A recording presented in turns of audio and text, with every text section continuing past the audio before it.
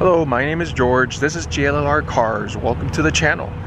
This time we're talking Ford Focus.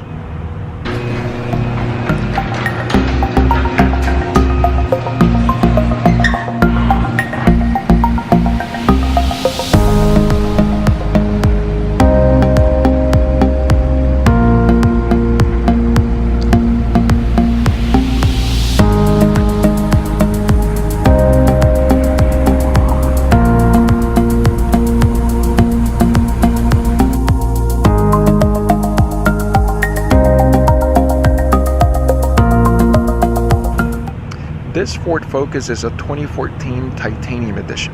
The Titanium Edition is the top of the line trim in terms of luxury.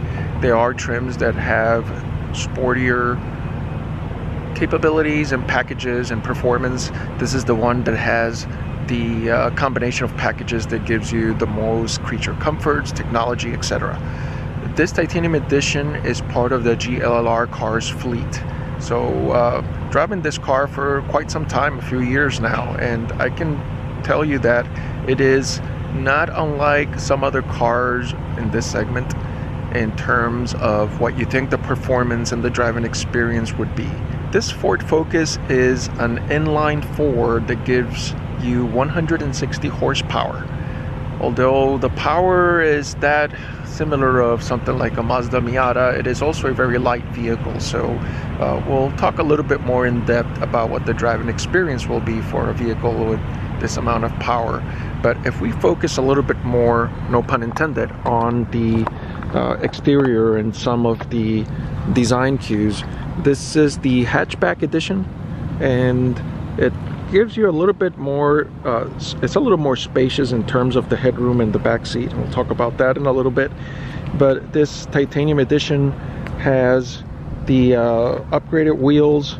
It has the sensors in the back, the rear camera, which you find in some of the other vehicles, and most of what you will see in terms of the differences between this one and some of the other models are basically in the interior. Outside of the wheels and outside of the some of the differences here in the grille from the other ones, and excuse that dent, that's something that I haven't had a chance to fix right there. But outside of those, most of what you will see will be in the inside. The other thing that you can tell from the outside is the sunroof. But we can go ahead and talk about the design. So the typical Ford design for a vehicle like this has not really changed that much over the years. Even the current models have a very similar view like this. Very subtle changes with the fog lights and the turn signals on the side mirrors. And then if you notice along the side near the bottom, there is like a pocket area that extends and it goes a little bit wider as it moves towards the back. And then around what would be the fender, there is a little bit of a tiny little shoulder, little lines that hug around there as well, and then somewhat of a visor in the back. If you look at the hatch area in the back, it has the retractable or removable cover here. It's like a little shelf that you remove it for taller items. It does give you the privacy when you close it. It's got the upgraded Sony sound system. And excuse the mess that I have here, but it's quite spacious, and for a car this size, it allows you to make it a daily driver. Start talking about the inside, and starting with the rear seats. The front chair is pretty far back. It's how I set it up from my driving position. And if I get inside, my knees are not quite touching the back, but my posture is still somewhat of a upright posture. I think that the seating position for the passenger is surprisingly better than I expected for a car this size. So if you're going to have a few friends that you're going to take in the back and drive around, it's okay for daily driving and not very long trips. I don't expect them to be spending a whole lot of time back here. So for the purpose that this vehicle is was made for, this passenger capacity here, I think it's adequate. Over here in the middle, It does have a feature that I like to see in many cars, which is the retractable armrest with the cup holders. And it's got the little leather sling that you can pull from, and the headrest as well.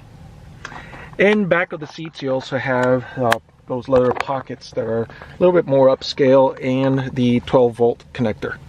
To enter the vehicle, you have the transponder key that if you put your hand inside, it unlocks the door and you can pull open, or if you have the keys in your pocket, you touch that black area and it locks the doors. So going inside the vehicle, like I mentioned before, it is more spacious than I would expect for a car this size. As you can see, I can pretty much extend my legs here, and it's not really all the way back, it's almost all the way back. The internal layout of the vehicle is very functional. If I start it up so you get to see the gauges, it is functional. I would tell you that it hasn't changed very much over the years, but it is functional enough that you get to see the information that you need. Also, to add a little bit more to that is that center section, which you get to control with the arrow keys here on the left. So you get to move around and see some vehicle information, gas mileage, trip information, etc. So I would say some of the basics, it is very functional in that regard.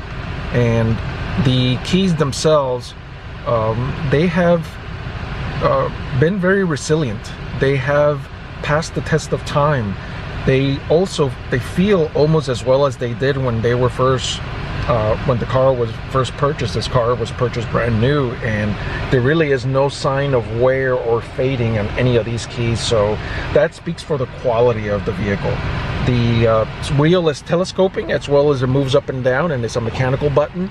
The navigation system, it is the Ford Sync navigation system, and it is the somewhat a little bit older. Sync is now up to Sync version 3, but version 2 is when it was basically color coded. Blue for climate controls, red for entertainment controls, and then your communications with your phone would be the yellow area, and then the green would be navigation. So you have to click on one of those, and then it will bring that corresponding section. Even though this has a navigation system, it is before the time that there was Apple CarPlay. So it still gets the job done, but it is something that if you expect Apple CarPlay or even Android Auto, this is a vehicle that it was built prior to that support being made.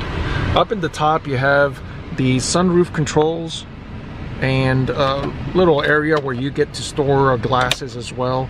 Other than that, you basically have the most functional interior that you can think of. I quite like it. Like I was talking about before, the seats are contoured in such a way that they hug you when you sit down, so it's quite comfortable.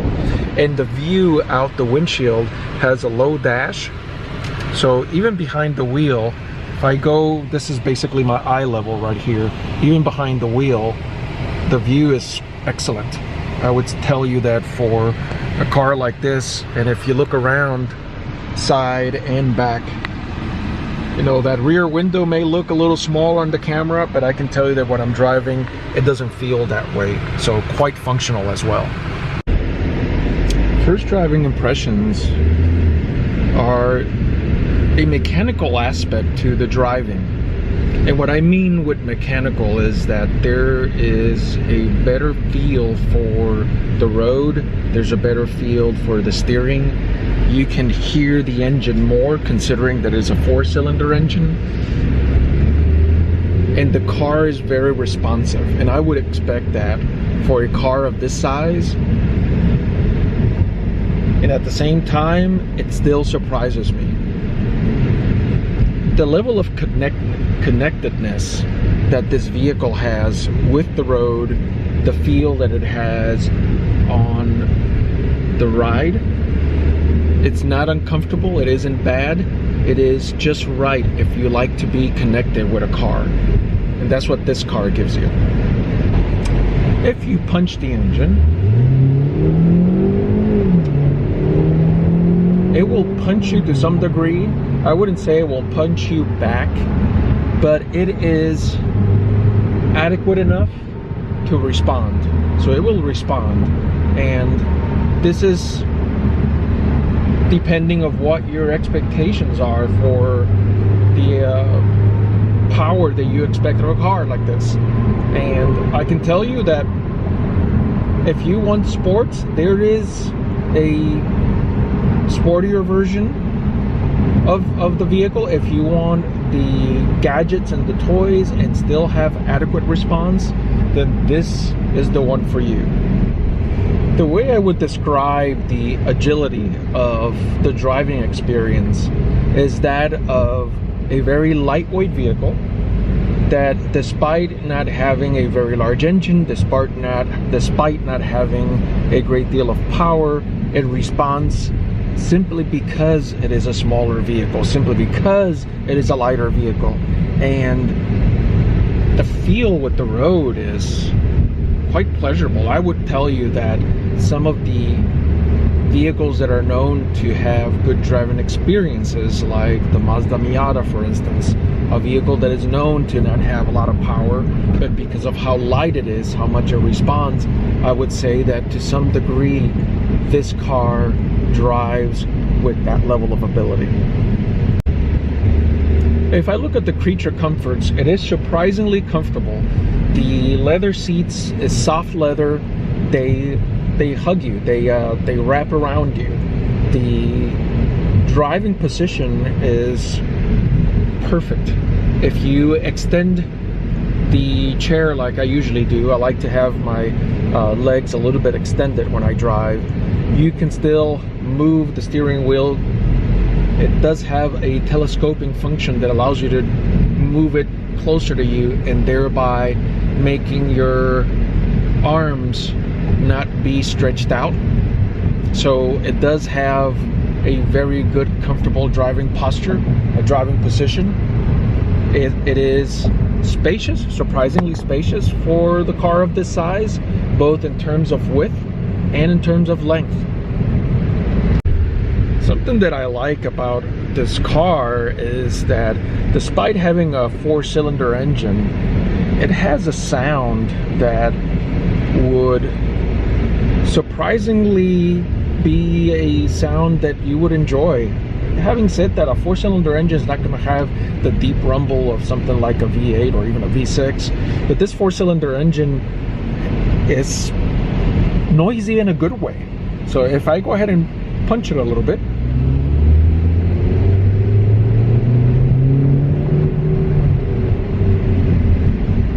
it's a sound that, whether or not the camera was able to capture that, gives you good positive feedback.